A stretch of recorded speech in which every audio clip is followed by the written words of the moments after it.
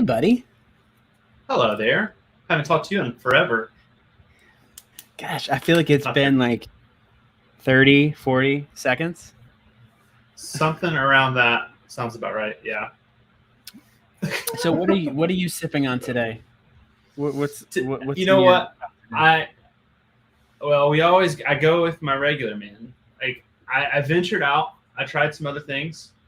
Pellegrino is to me the best. It just like it's the crispest. Well, let me go back. I will say if you let it sit for too long, it gets warm. Warm Pellegrino is the worst. It's on up there with like Perrier, even if it's. But Topo Chico is really bad warm. But I will say Topo Chico keeps its carbonation longer. I have noticed that. I think it's part of the. I think it's got to do something with the glass bottle too. Glass bottle. It does. You know, it's like when you have a Coke, it always tastes better. It always tastes better in a glass bottle than in a can or even like a plastic bottle every time. Hands down. Fight me on that. I won't, because I think it's got something to do with the mix too. Because when you have it at the restaurant, it's a mix of the packaged syrup and the carbonation stuff going through the lines. So that's why it's always different everywhere you go too. Yeah. Anyway, I know this isn't a show about drinks and stuff. So sorry about the phone call, man. Sorry about that. Yeah, that's my bad. I'm muting my phone now. Professionals silence their phone before we go live. Just to let you know, professionals do that beforehand. Oh, is that what we do? Yeah. Shoot. Yeah, sorry. No, I had the Bluetooth connected to my computer and my phone still, so it was calling on both. Anyway, so you're drinking Pelly in your belly.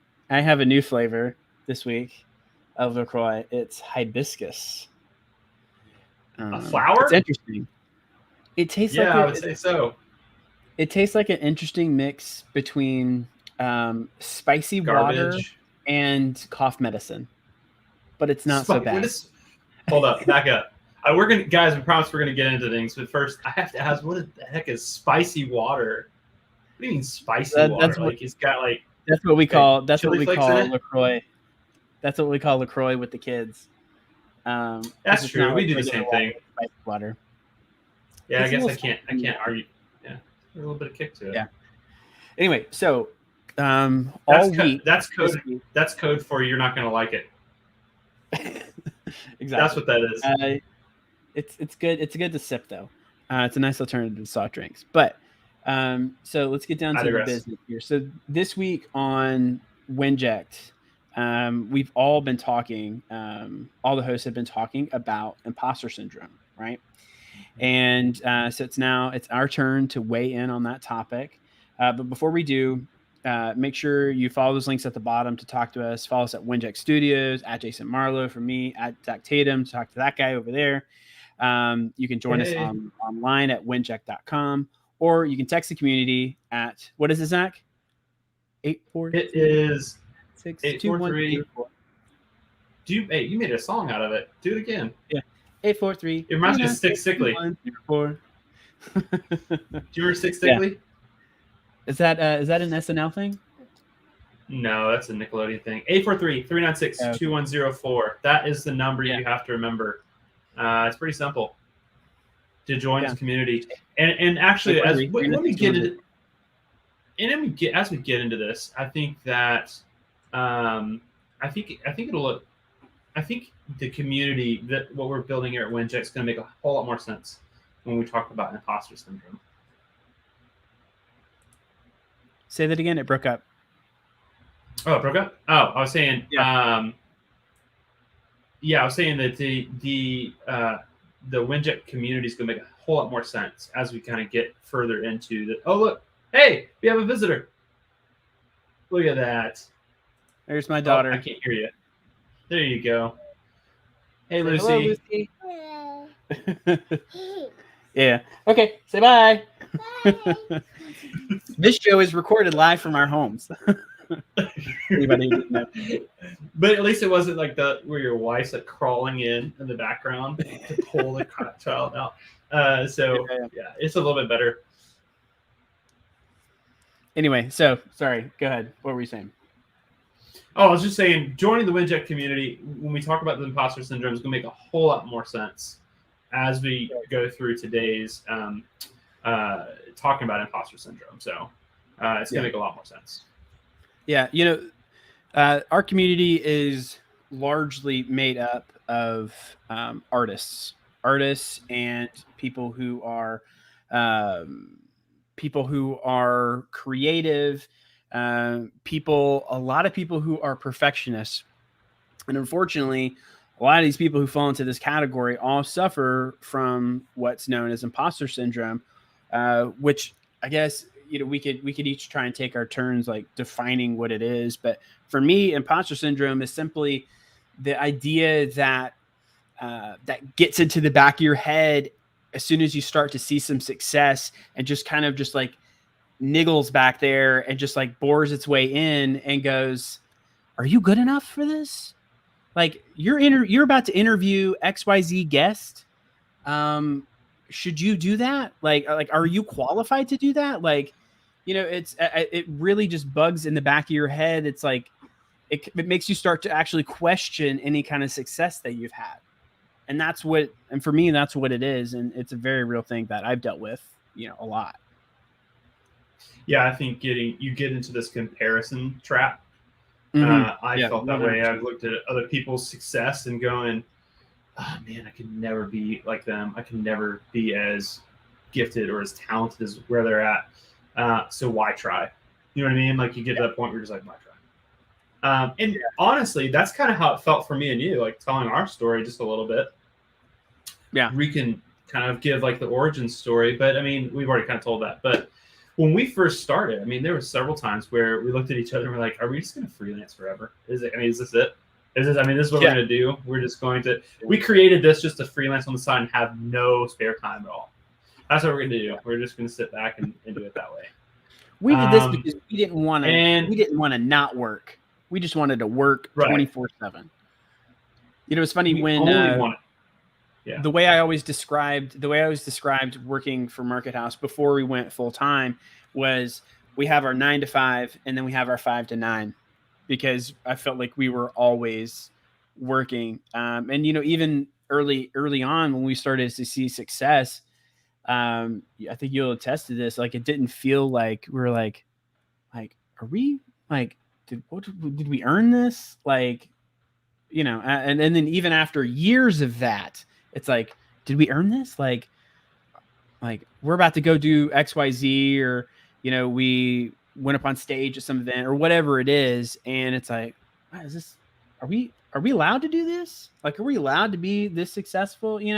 And so, I hate imposter syndrome. I mean, I just had a conversation with another buddy of mine the other day about it. So, it's something that affects us all.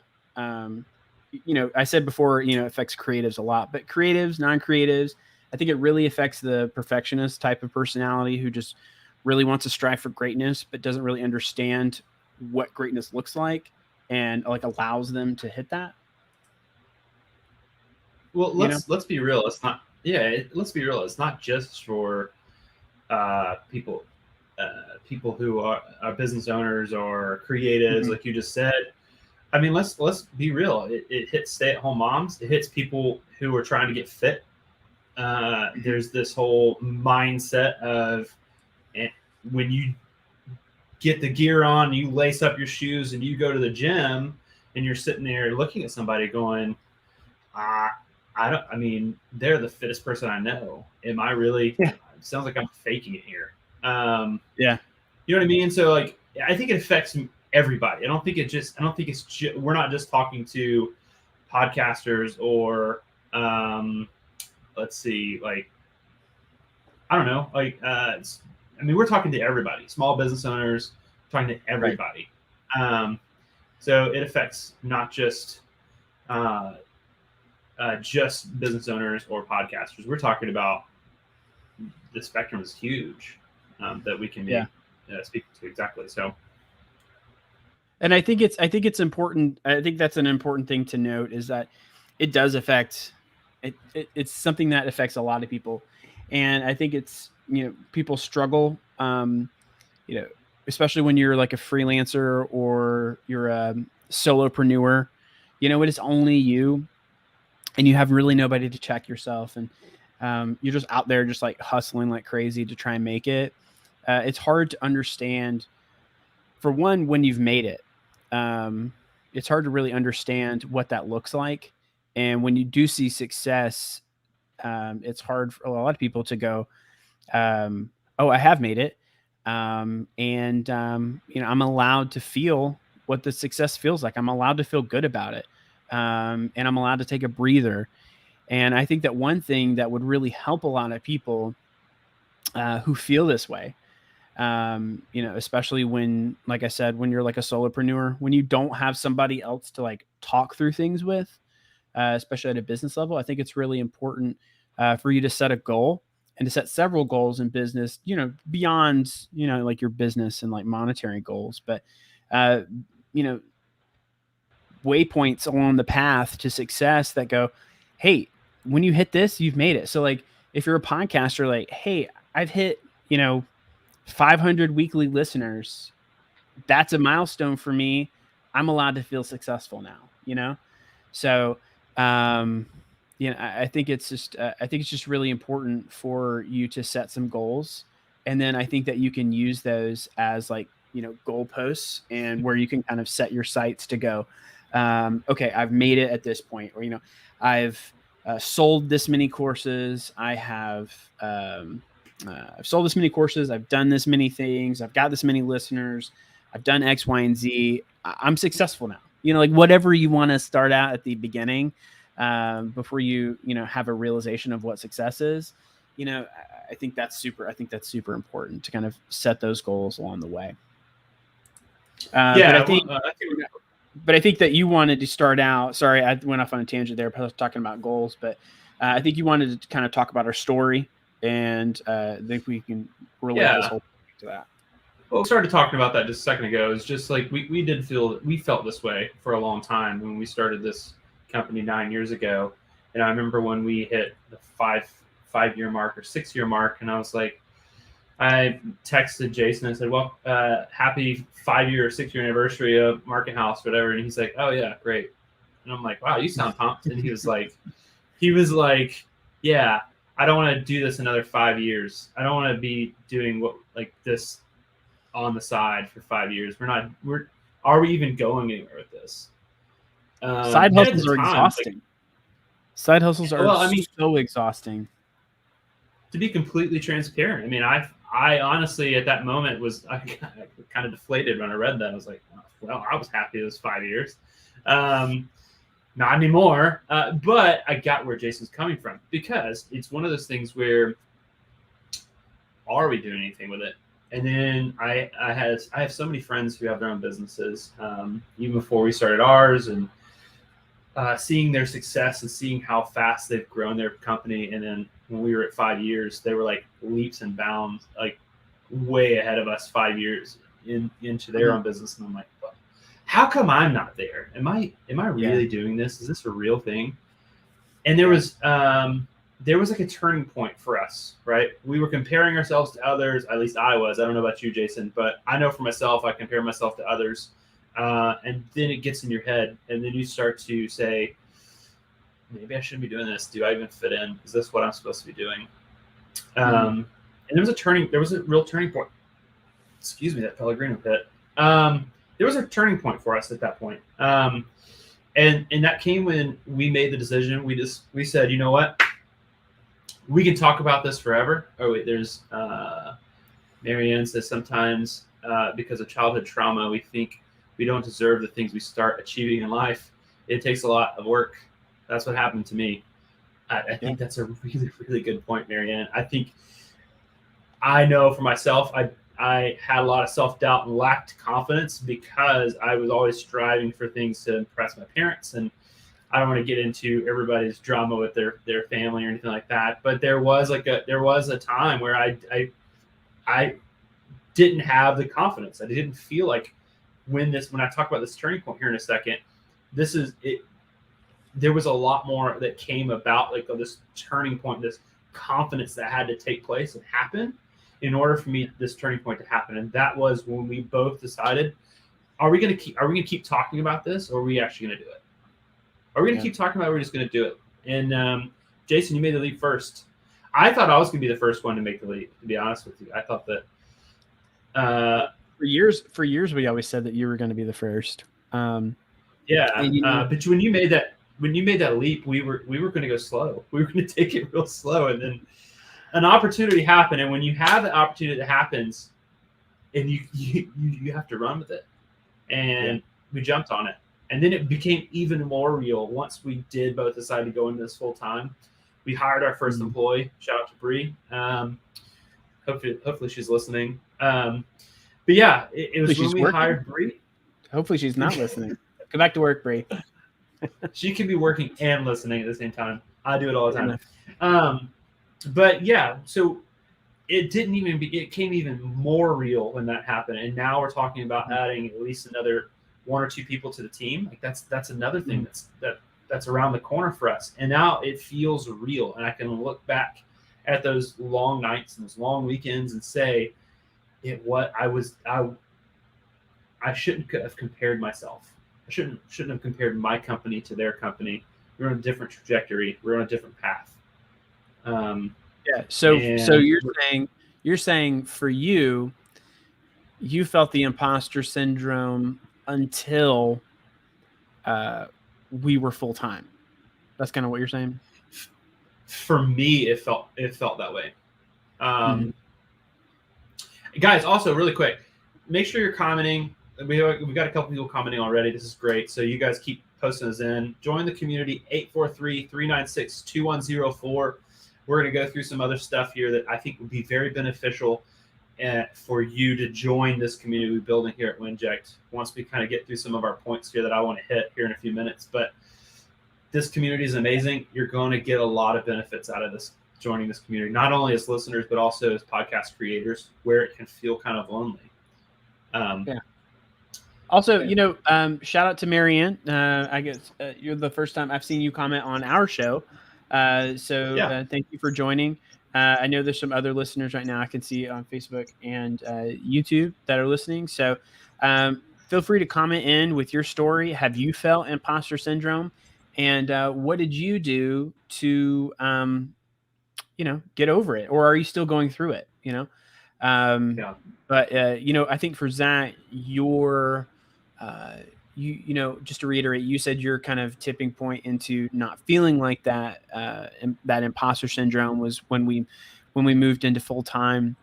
I would say for me, it was probably about the same, but it's something that I've dealt with not just in this business, but in my freelance, in my art and illustration business as well that I do alongside of this venture.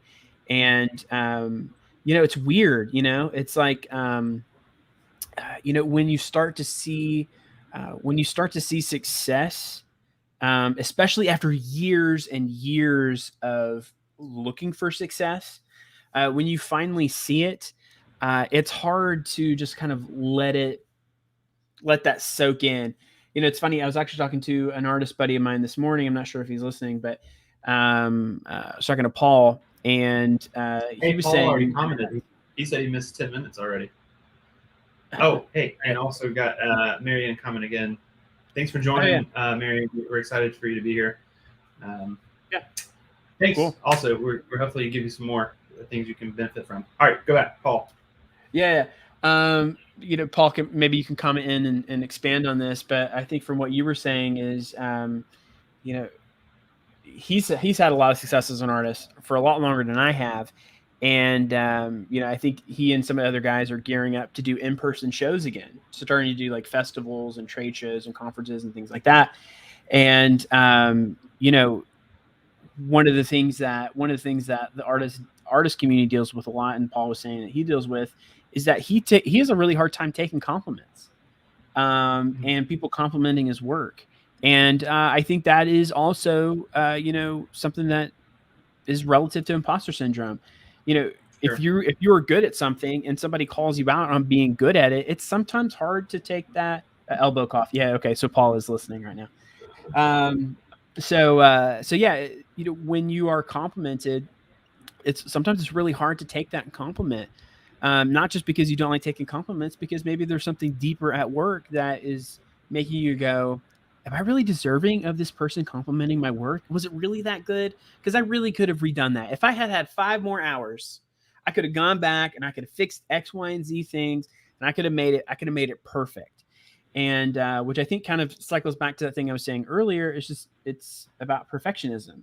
So it's something that affects everybody, even if we don't realize it as being this greater symptom called imposter syndrome. So don't try to go and look up on WebMD, because it's not going to come up. At least I don't think. I didn't try, but it sounds like you have some. No, it's not. It's not anything that's like understood by the medical community. It's just like it's just a thing. It's like a phenomenon, Yeah. So, but I think you and I got together. Go ahead. No, go ahead. No. I was gonna say that you and I got together and we kind of came up with a couple of ways to kind of overcome this. I hinted at one earlier, which is to set goals, to set goalposts, to kind of know when you're in it, when you're in success, and when it's okay to have that realization, to be very self-aware, to go, I'm in success right now. I can enjoy it. I'm not an imposter anymore, But beyond that, let's just drop some bombs on people. So I think one of the biggest things is believing in yourself, because people, more importantly, believe in yourself, but more importantly, take yourself seriously, and then others will begin to take you seriously. So if you, for example, a good example of this, everybody's been working from home, and it's really easy to not get up in the morning and get dressed for the day, because you're like, I'm not going to be on any video calls. I'm just going to be sitting in my PJs all day at work. No, take it seriously. Get up, get dressed, do a routine that you would as if you were going out, that you're actually going to get up and go out.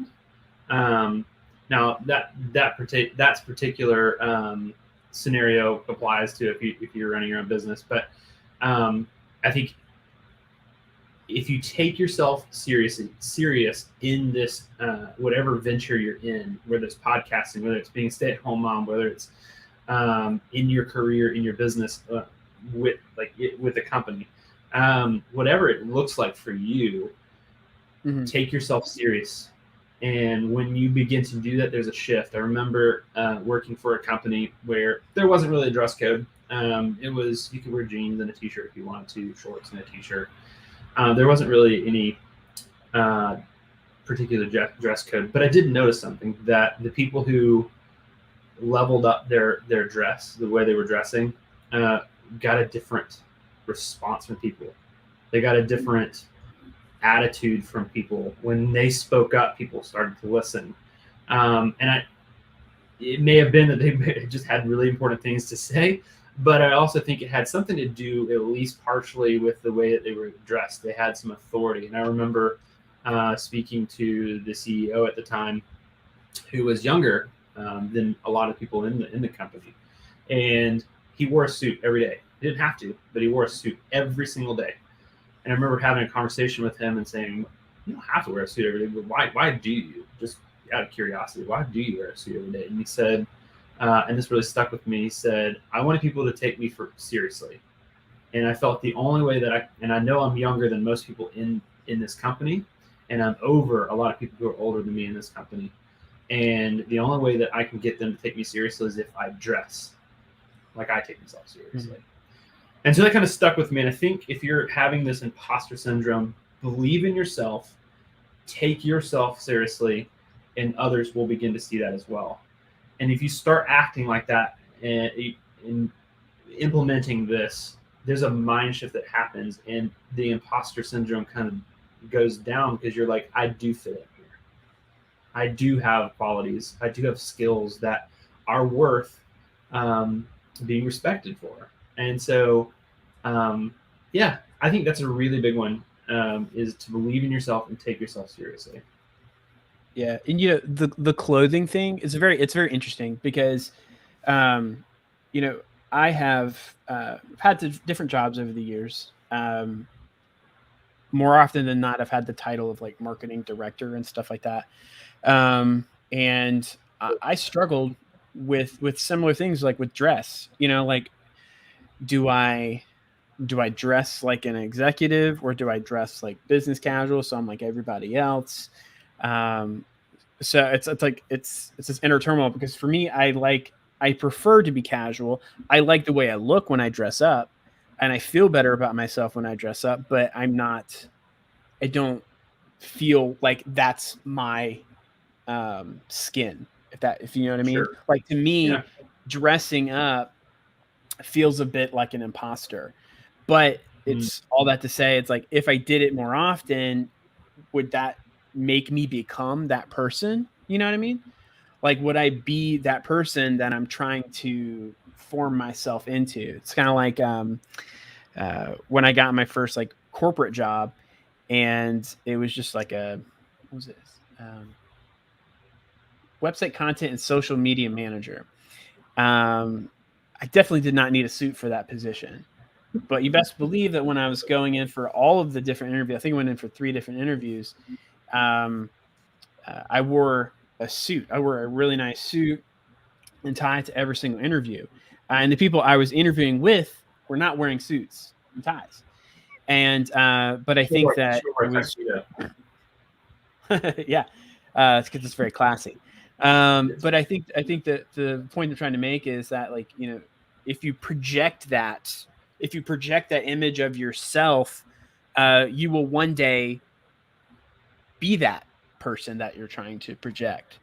So I just that's a really heavy point that you just made. I just wanted to reiterate that I felt that, and I still feel it. What's the old saying where it says, don't dress for where you are, but dress where you want to go, or dress where you dress for the job you want, not the job you have.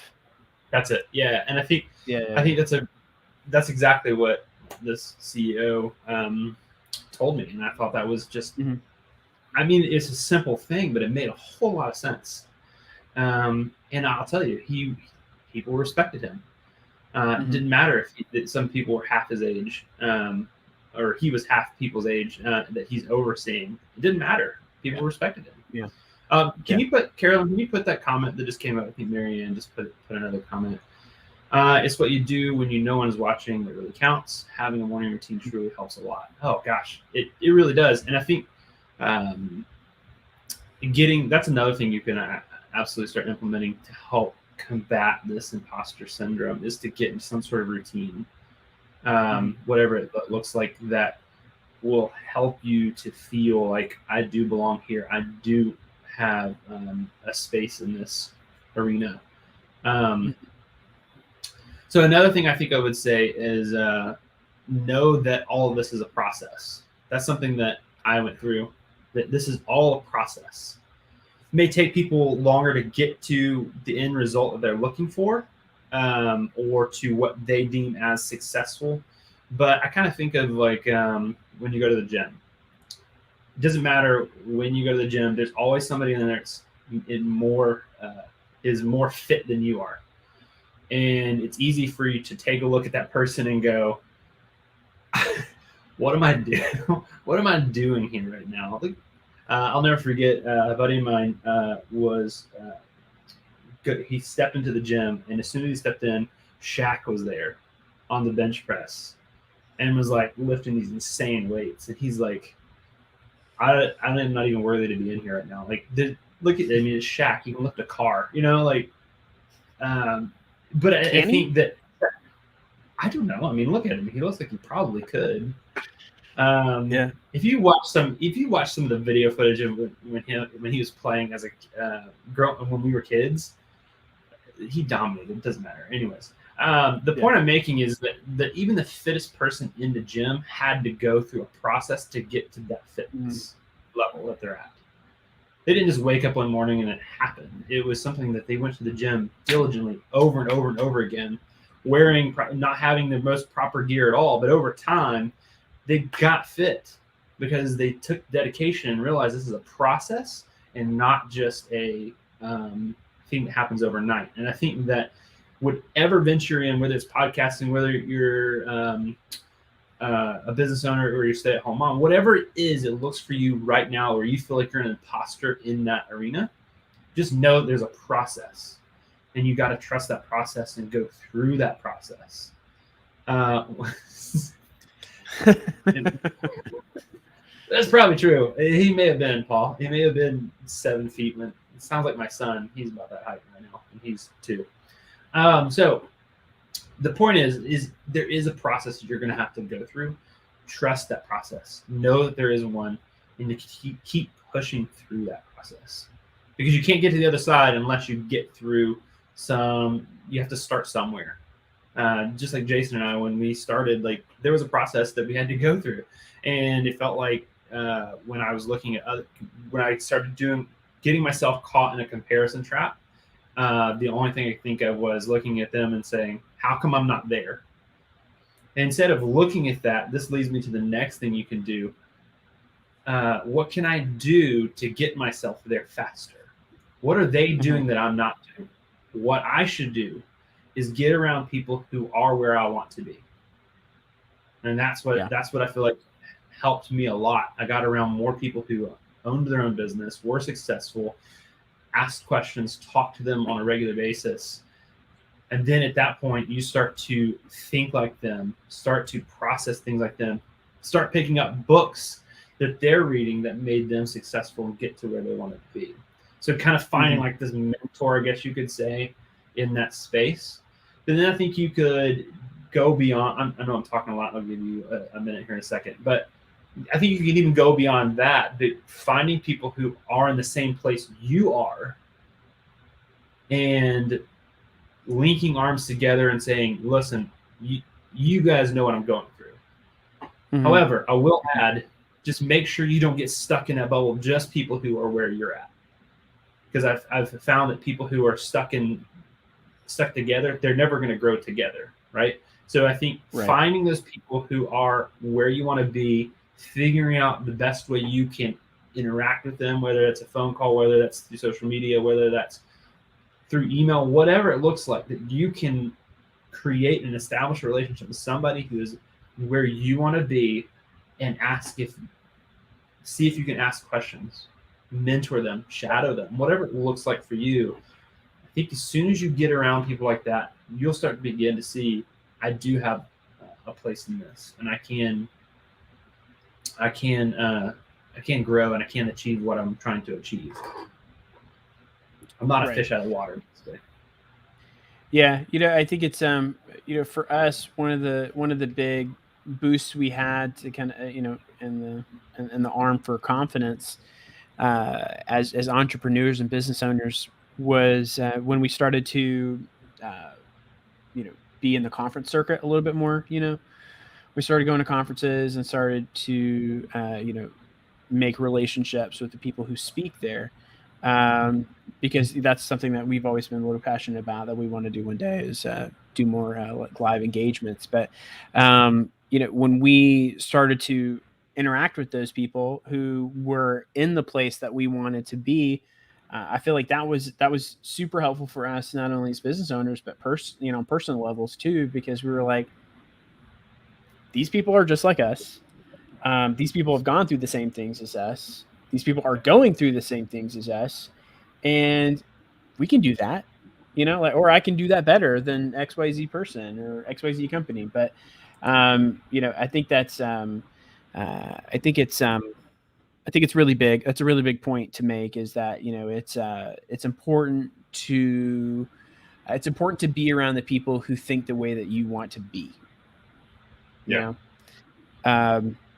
And I think we have one last one that we want to wrap up with, and then I've got another comment I want to make at the end, but I'll let you dive back. I have two other things that I want to kind of hit on, and this last one, the last one I would say is just keep going. It's going to get hard. That's when you bear down and you knuckle down and you keep pushing. You challenge yourself. As soon as you challenge yourself, it makes you stronger. And then you start to add new skills, right? So when it feels like it's really tough, and this is what you want to do, it's your passion, it's what drives you, keep going. Don't stop. Keep going. Figure out why you're hung up where you're at, figure out how to untangle that snare that you're in, and just keep going. You're in the space and you have a passion for it for a reason. So keep going for it. And so this might be not the popular opinion, but what happens if you aren't getting anywhere, right? And there is this feeling. Well, hold on a second. Okay. Hold on a second. Let's go back a second. So, keep going. So where is that ceiling? So when I think about this, I think about super successful people who are, still striving forward and still deal with imposter syndrome. Sure. I'm sure there's imposter syndrome at all levels. You mentioned the CEO that you were talking to in the past. I saw a documentary months ago with I don't know if you know Miyazaki. He's the Japanese animator, artist, director. He did like Totoro and Spirited Away. But there's this really good documentary where these guys followed him, where this guy followed him around and documented his life.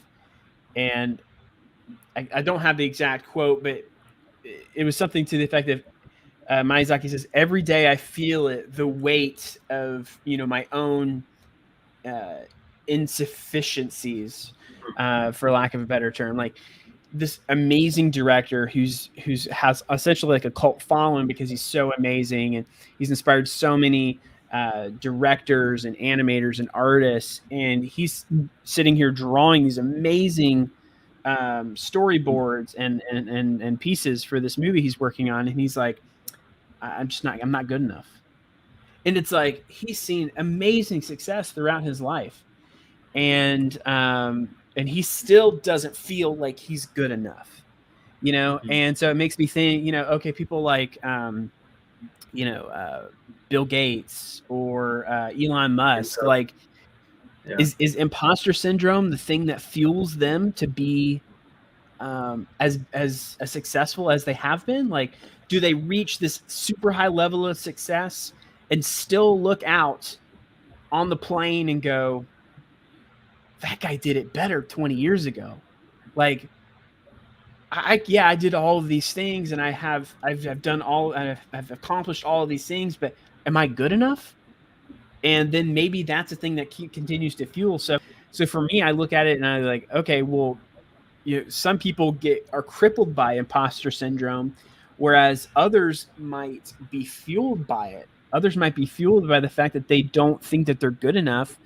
Is that healthy? I don't know. I don't think so. But I can't help but take a look at truly successful people and can't help but wonder, are they fueled by the thing that cripples others? So it's like you take the imposter syndrome head. It's either that or they just feel like they figured out a way to deal with it and process through it. And maybe these are some of the things that they do. I don't know. There's all kinds of strategies. If you guys have any strategies that we haven't mentioned or have felt this way before and you've dealt with them, give us what your take is. If you're listening to this, already, let's see, hold on. Marianne says that's an interesting twist on how to view an imposter syndrome, to see it like fuel that will help you get where you want to be, and not fear that will paralyze you.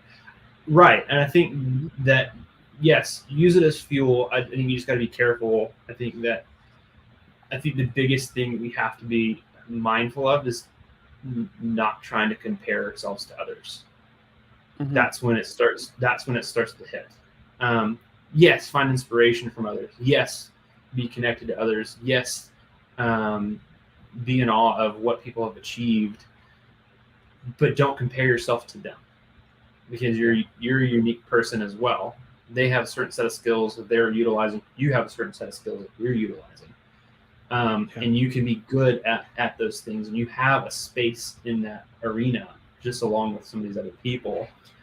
Just don't work on striving to not compare yourself to others. That's a really big thing for me, that I have to constantly do. Like, there's times where I get down and depressed about, okay, even now where yeah, we're not like Google or anything like that where it's this massive success, but I feel successful in what we've achieved.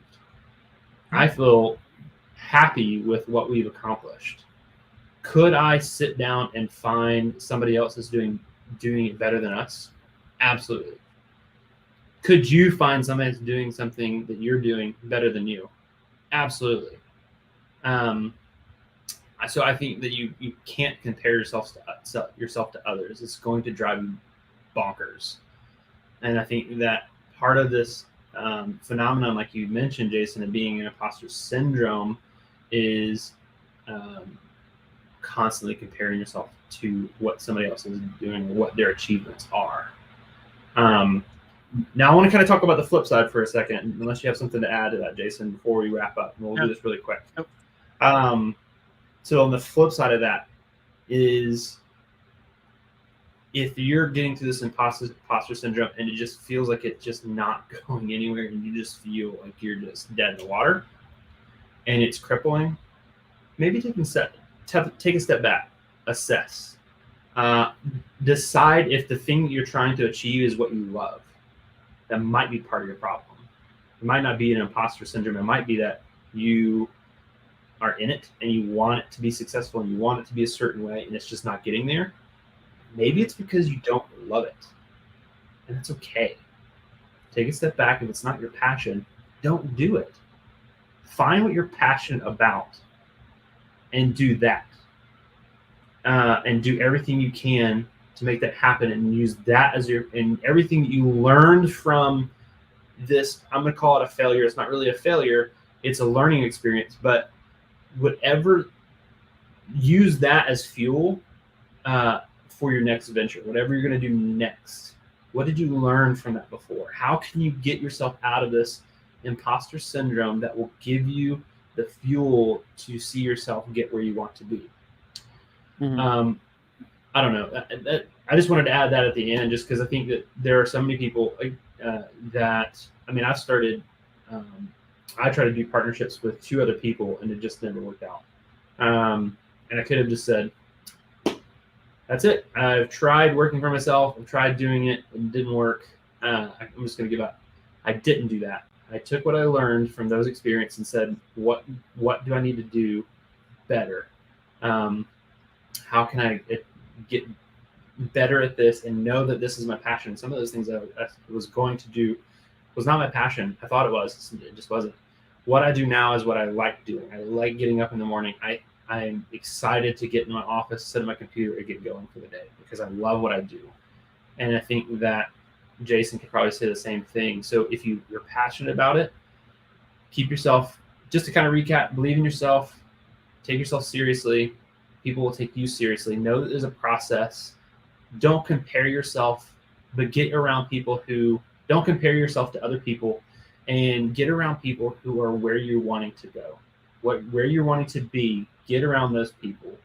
Form a community around people who are in your shoes, who can relate, and do it together. Find people that you can strive to be, and don't compare yourself to that mentor, but just use them as a resource, as a tool to gain some knowledge and to gain some skills that will help you get to where you want to be. Right. And then the biggest one that I want to leave you guys with is the one that I mentioned early on, was setting goals for yourself so that you can, first of all, you have to be super self-aware.